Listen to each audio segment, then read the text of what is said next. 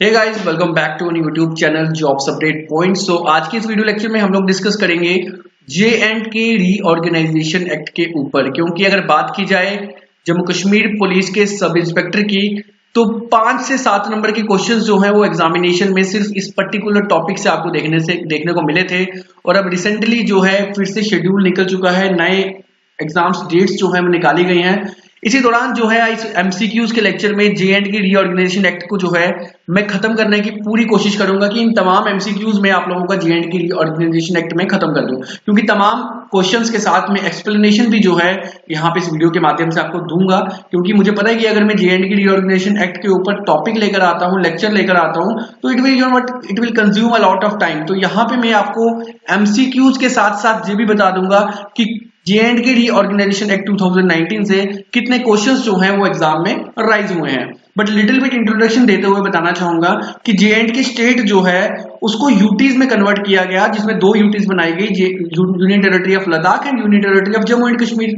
तो उसी चीज को कहा जाता है J and K reorganisation act. तो इसमें किस तरह की आर्टिकल्स हैं, शेड्यूल्स हैं, आपके पार्ट्स कितने हैं, वो पूरा का पूरा जो है इस वीडियो के माध्यम से आपको बताने की कोशिश करूंगा। तो आज का हमारा पहला एमसीक्यू जो बनता है वो ये बनता है, when did article 370 of J and K state added to the Indian constitution. तो इंडियन कॉन्स्टिट्यूशन में जे एंड के स्टेट में जो आर्टिकल 370 था वो कब ऐड किया गया था? तो वो आपका ऐड किया गया था 17 अक्टूबर 1949 को। यानी कि यहाँ पे ऑप्शन जो है आपको डी देखने को सही मिलेगा। क्योंकि अगर बात की जाए जे एंड के की, तो जब जे एंड के प्रिंसली स्टेट हुआ करती थी, ध्यान से सुनिएगा, जब जे एंड के प्रिंसली स्टेट हुआ करती थी तब जो है जे एंड के इंडिया के डोमिनियन के साथ जुड़ी थी। अब अगर आपको थोड़ा बहुत कुछ ऐतिहासिक पीछे का याद हो या कुछ लेक्चर देखे हो, तो माउंटबेटन जो थे उन्होंने 2 डोमिनियन का प्लान लाया था। तो जब 2 डोमिनियंस का प्लान लाया था, और ये लाया कब था? 3 जुलाई को लाया था, 3 जुलाई 1947 को 2 डोमिनियन का प्लान लाया था, जिसमें एक आपका पाकिस्तान था और एक जो है इंडिया था। अब जो प्रिंसली स्टेट्स थी, जिस तरह हमारी जे एंड के थी, इनको कहा गया कि भैया either you can join Pakistan और इंडिया, आप पाकिस्तान या इंडिया जो चाहे वो ज्वाइन कर सकते हैं। तो जे एंड के जो है पहले उसने किसी भी डोमिनियन को जो है नहीं ज्वाइन करा था। बट 26 अक्टूबर 1947 में जे एंड के जो है वो इंडिया का पार्ट बन गया, इंडिया के साथ जुड़ गया। यानी इंडिया डोमिनियन जो है वो जे एंड के ने अडॉप्ट कर लिया और इंडिया में आ गए। तो इसीलिए जे एंड के को एसेशन डे जे एंड के का जो है वो 26 अक्टूबर को मनाया जाता है, जो कि रिसेंटली भी मनाया गया है। तो यहाँ पे आपको उसके बाद क्या होता है, 26 अक्टूबर 1947 को एसेशन होता है और 17 अक्टूबर 1949 को हमें क्या होता है, 370 आर्टिकल मिल जाता है। तो यहाँ पे जो क्वेश्चन का आंसर जो है वो ऑप्शन डी है। नेक्स्ट क्वेश्चन की बात करते हैं, Which article of Indian Constitution authorize Parliament to reorganize the state? तो कौन सा इंडियन कॉन्स्टिट्यूशन का आर्टिकल है जो अथोराइज करता है पार्लियामेंट को टू रीऑर्गेनाइज द स्टेट? तो मैं आपको बताना चाहूंगा जी, यूनियन एंड स्टेट्स अगर आप लोगों ने पढ़े होंगे तो आप लोगों को डेफिनेटली पता होगा।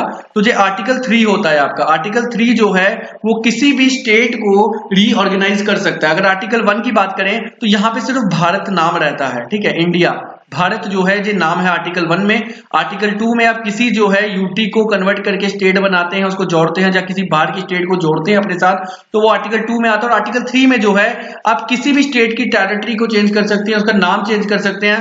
तो फिदा जो है इसका शॉर्टकट ट्रिक है, आप लोग पढ़ लीजिएगा, ठीक है। उसके बाद नेक्स्ट क्वेश्चन की बात करें, क्वेश्चन नंबर 2 की अगर बात करें तो सी ऑप्शन जो है वो करेक्ट आंसर है। क्वेश्चन नंबर 3 की बात करें, which article of Indian constitution has repealed after reorganisation of J and K state into UT? तो जब जे एंड के स्टेट को यूटी बनाया गया, इनमें से कौन सा आर्टिकल जो है वो हटा दिया गया? तो 365 जो है आर्टिकल नहीं था, 348 भी नहीं था, 35 भी नहीं था, 35A आर्टिकल को जो है रिपील्ड किया गया था। तो ऑप्शन डी जो है क्वेश्चन नंबर 3 का सही आंसर है। क्वेश्चन नंबर 4 की बात करें, what was the bill number of J and की reorganisation bill which was presented in Rajya Sabha 5 August 2019? तो यहाँ पे एक लिटिल बिट बताना चाहूंगा कि 5 अगस्त 2019 को राज्यसभा में J and K reorganisation bill को जो है वो प्रेजेंट करा गया। और प्रेजेंट किसने करा?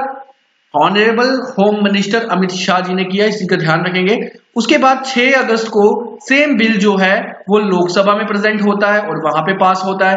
उसके बाद 9 अगस्त को इसको प्रेसिडेंट असेंट मिलता है। ध्यान रखिएगा जब तक किसी बिल को प्रेसिडेंट एसेंट नहीं मिलेगा तब तक वो बिल जो है वो फाइनली एक लॉ एक्ट नहीं बनता है, इसी का ध्यान रखेंगे।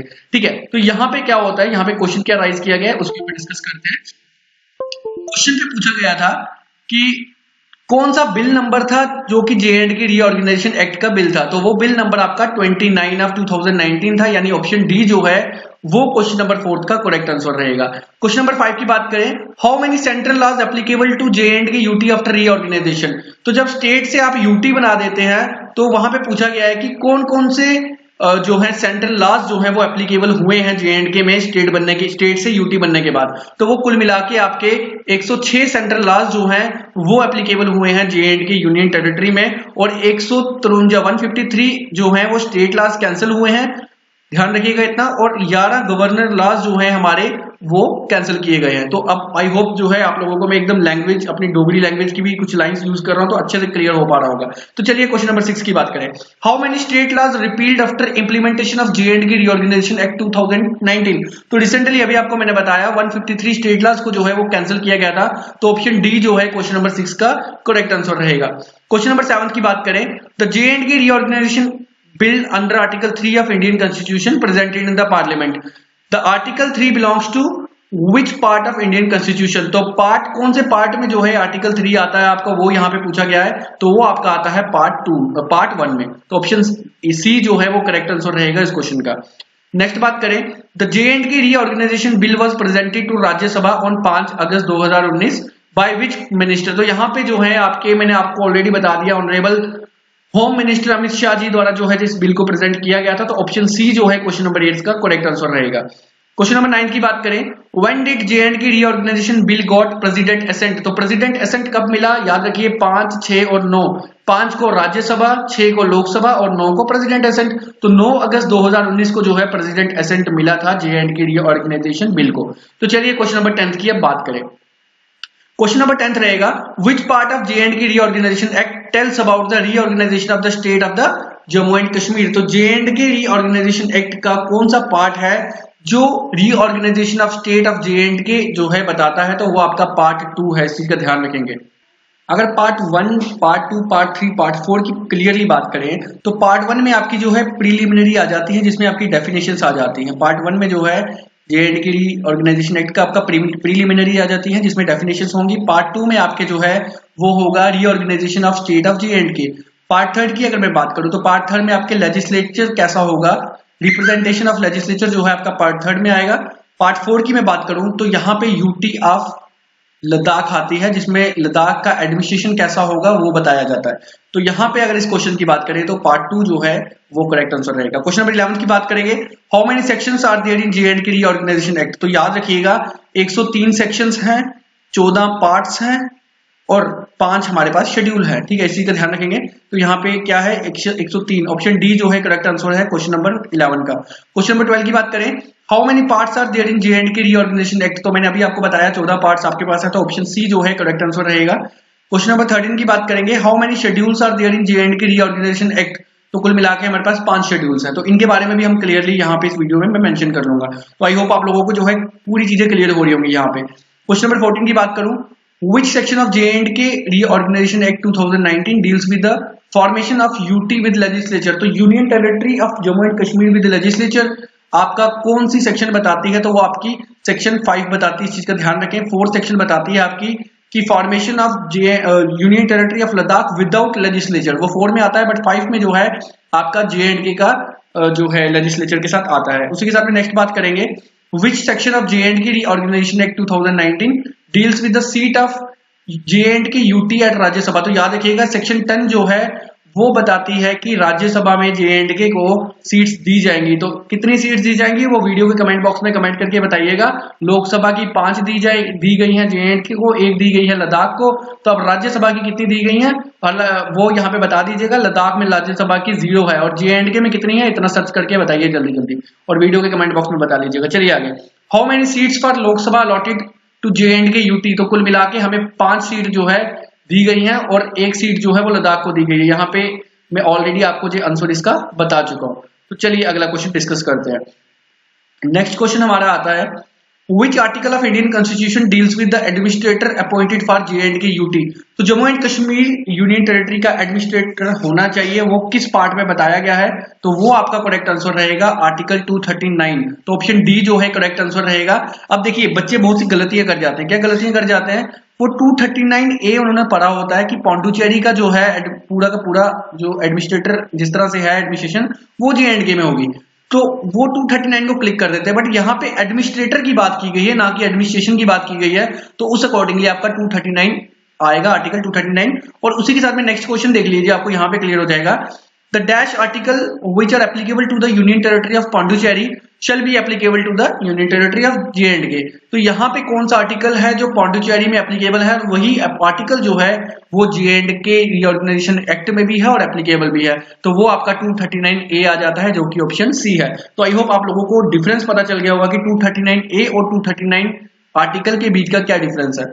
नेक्स्ट बात करते हैं, Jammu and Kashmir union territory have which type of legislature? तो देखिए लेजिस्लेचर दो तरह से रहते हैं, एक यूनिकैमरल रहता है, एक रहता है बाइकैमरल। तो पूरा यहाँ पे क्लियर करूंगा। देखिए वीडियो बिल्कुल मत स्किप करिएगा, देख लीजिएगा आपकी भलाई के लिए। यूनिकैमरल में क्या होता है? सिर्फ लोकसभा की सीट्स रहती हैं। बाइकैमरल में लोकसभा भी होता है, जो माफ कीजिए, यूनिकैमरल में आपकी जो है लेजिस्लेटिव असेंबली रहती है, और बाइकैमरल में आपकी लेजिस्लेटिव असेंबली भी होती है, और साथ ही में आपकी लेजिस्लेटिव काउंसिल भी होती है। यानी आप जो है एक स्टेट में है जिसमें एमएलएस भी हैं, एमएलसीज भी हैं। तो यहाँ पे क्या रहता है J&K में? यूनिकैमरल हमारा इस वक्त चल रहा है, जो कि ऑप्शन आपको भी देखने को मिलेगा। हमारे पास सिर्फ इस वक्त लेजिस्लेटिव असेंबली है और लेजिस्लेटिव काउंसिल जो है नहीं दी गई है।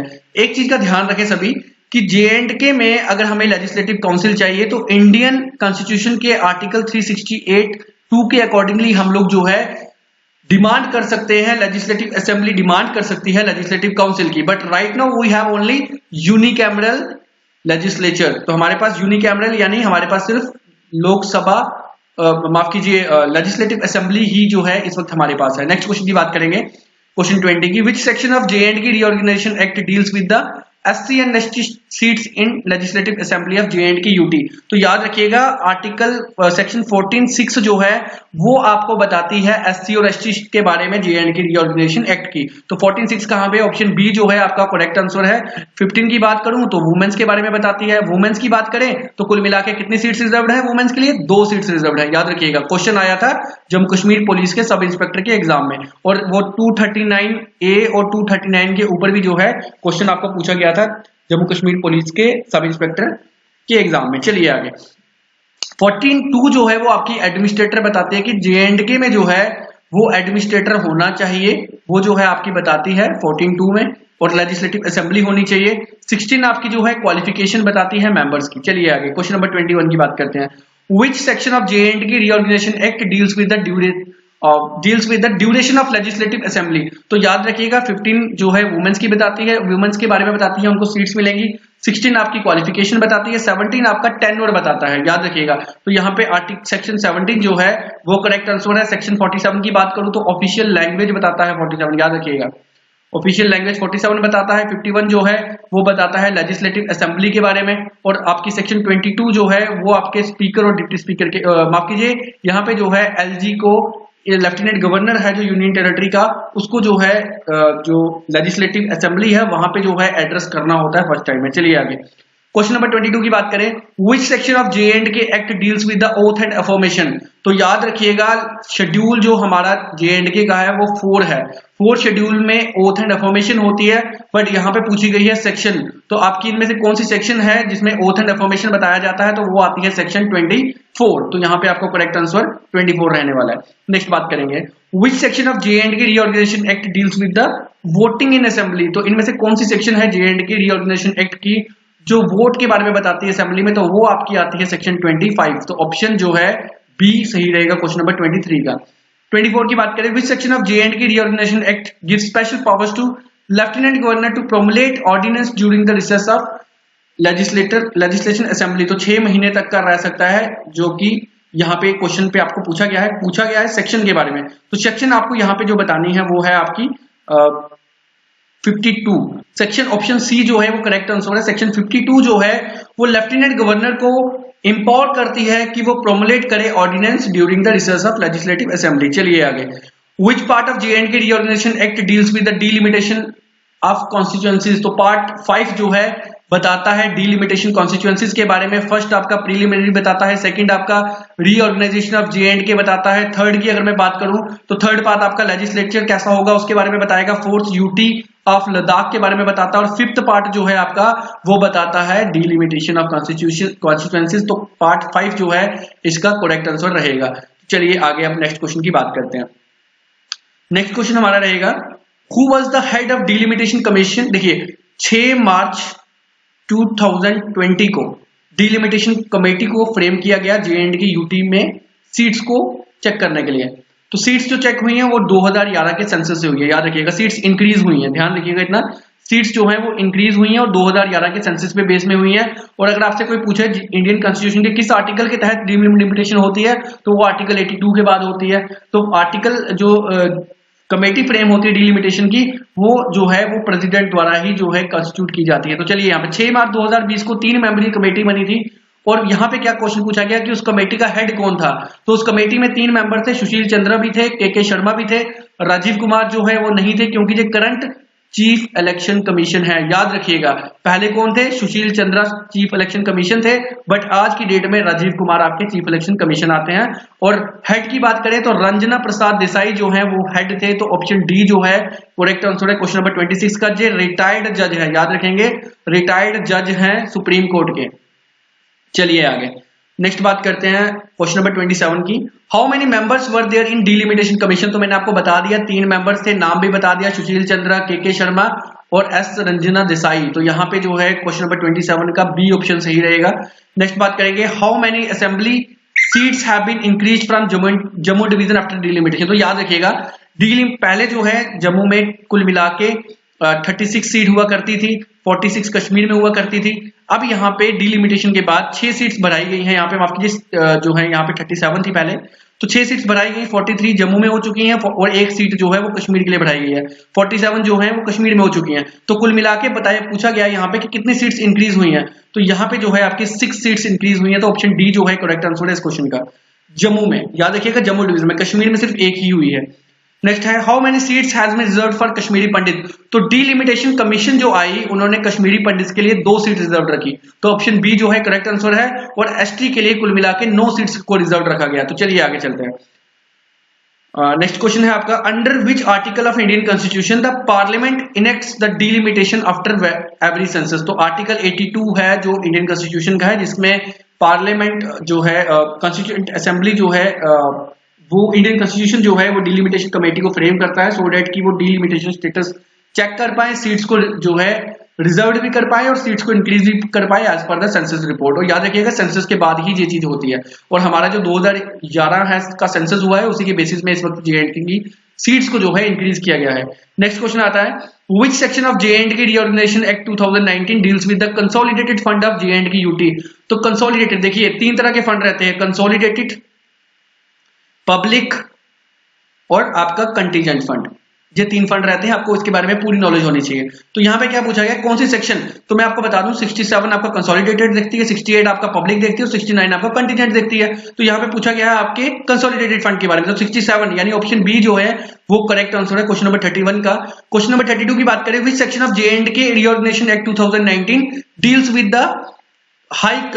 With the common high court for both the UT. यानी यूटी ऑफ लद्दाख और यूटी ऑफ J&K, इन दोनों का जो है कॉमन हाई कोर्ट है, एक ही हाई कोर्ट है जिसको आप union territory of high court of Jammu and Kashmir, union territory of Jammu and Kashmir and union territory of Ladakh के नाम से जानते हैं। तो ये आपका सेक्शन 75 में आता है, याद रखेंगे। और पार्ट जो है इंडियन J&K रीऑर्गेनाइजेशन का 8 आता है हाई कोर्ट का। चलिए आगे, Which section of J&K Reorganization Act deals with the advisory committee। तो आर्टिकल 85 जो है वो एडवाइजरी कमेटी के बारे में बताता है। तो ऑप्शन ए जो है वो करेक्ट आंसर है क्वेश्चन नंबर 33 का। क्वेश्चन नंबर 34 की बात करें, Which section of J&K Reorganization Act deals with the extent of all central powers। तो all central powers जो है वो किस में आती हैं, वो आती है आपकी सेक्शन 95 में। और अगर आपको शेड्यूल पूछा जाए तो 5th शेड्यूल में ऑल सेंट्रल पावर्स जो हैं वो एक्सटेंड होती हैं J&K यूटी में। चलिए नेक्स्ट क्वेश्चन की बात करें, Which part of J&K Reorganization Act 2019 deals with the oath and affirmation। तो मैंने आपको वीडियो के बिल्कुल बिगिनिंग में बता दिया था कि पार्ट 4 जो है वो आपका ओथ एंड अफर्मेशन बताता है, पार्ट 5 जो है वो आपका बताता है सेंट्रल लॉज जितने भी होंगे एप्लीकेबल होंगे। पार्ट 6 जो है वो हमारे पास नहीं है, इसी का ध्यान रखेंगे। नेक्स्ट चलिए, Which part of J&K Reorganization Act 2019 deals with the member of Council of State? तो member of council of state जो है वो आपके पार्ट 1 में आता है, तो ऑप्शन ए जो है वो करेक्ट आंसर है। ओथ एंड अफर्मेशन का क्या है, पार्ट 4 है। फिफ्थ पार्ट में आपको बता दिया सेंट्रल पावर, पार्ट 6 जो है वो नहीं होता है। नेक्स्ट क्वेश्चन की बात करें, Which part of J&K Reorganization Act 2019 deals with the delimitation of parliament constituencies? तो पार्ट 2 जो है वो आपके पार्लियामेंट कॉन्स्टिट्यूएंसीज की डिलिमिटेशन बताता है। तो क्वेश्चन नंबर 37 का डी ऑप्शन जो है वो करेक्ट आंसर है। 38 की बात करें, Which part of J&K Reorganization Act 2019 deals with the delimitation of assembly constituencies? तो पार्ट 3 जो है वो आपका असेंबली कॉन्स्टिट्यूशन में आता है। देखिए ध्यान रखिएगा कि बहुत इजी तरीकों से आपको सेक्शंस याद हो जाएंगे। कैसे याद करनी है, पार्ट 1 की अगर बात करें तो मेंबर ऑफ काउंसिल स्टेट आपकी पार्ट 1 में आती है। पार्ट 2 में आपकी डिलिमिटेशन ऑफ पार्लियामेंट आ जाती है। पार्ट 3 में आपकी डिलिमिटेशन ऑफ असेंबली कॉन्स्टिट्यूएंसीज आ जाती है। पार्ट 4 में आपकी ओथ एंड अफर्मेशन आ जाती है और पार्ट 5 में आपके सेंट्रल लॉज आ जाते हैं। तो पांचों सेक्शंस जो है बहुत आसानी से याद कर सकते हैं आप। क्वेश्चन नंबर 39 की बात करें, Which part of J&K Reorganization Act 2019 deals with the central laws? तो अभी मैंने आपको ऑलरेडी वापस रिपीट कर रहा हूं, तो ऑप्शन सी जो है करेक्ट आंसर। पार्ट 5 जो है सेंट्रल लॉज के बारे में बताता है। तो यहाँ पे क्वेश्चन नंबर 40 जो है फिलहाल आप लोगों के लिए बहुत इंपॉर्टेंट है जिन्होंने ये वीडियो वॉच करी है। फीडबैक दीजिए कि वीडियो जो है कैसी लगी, क्वालिटी के अकॉर्डिंगली जो है बता दीजिएगा कि पुअर, एवरेज, गुड और एक्सीलेंट। और इस चीज को जो है वीडियो के कमेंट बॉक्स में करिएगा और साथ में जो सजेशन देनी हो वो सजेशन भी आप लोग दे सकते हैं। तो आई होप वीडियो अच्छी लगी होगी, अच्छी लगे तो लाइक कर लीजिएगा, चैनल को सब्सक्राइब कर लीजिएगा फर्दर अपडेट के लिए। Thank you so much for watching this video.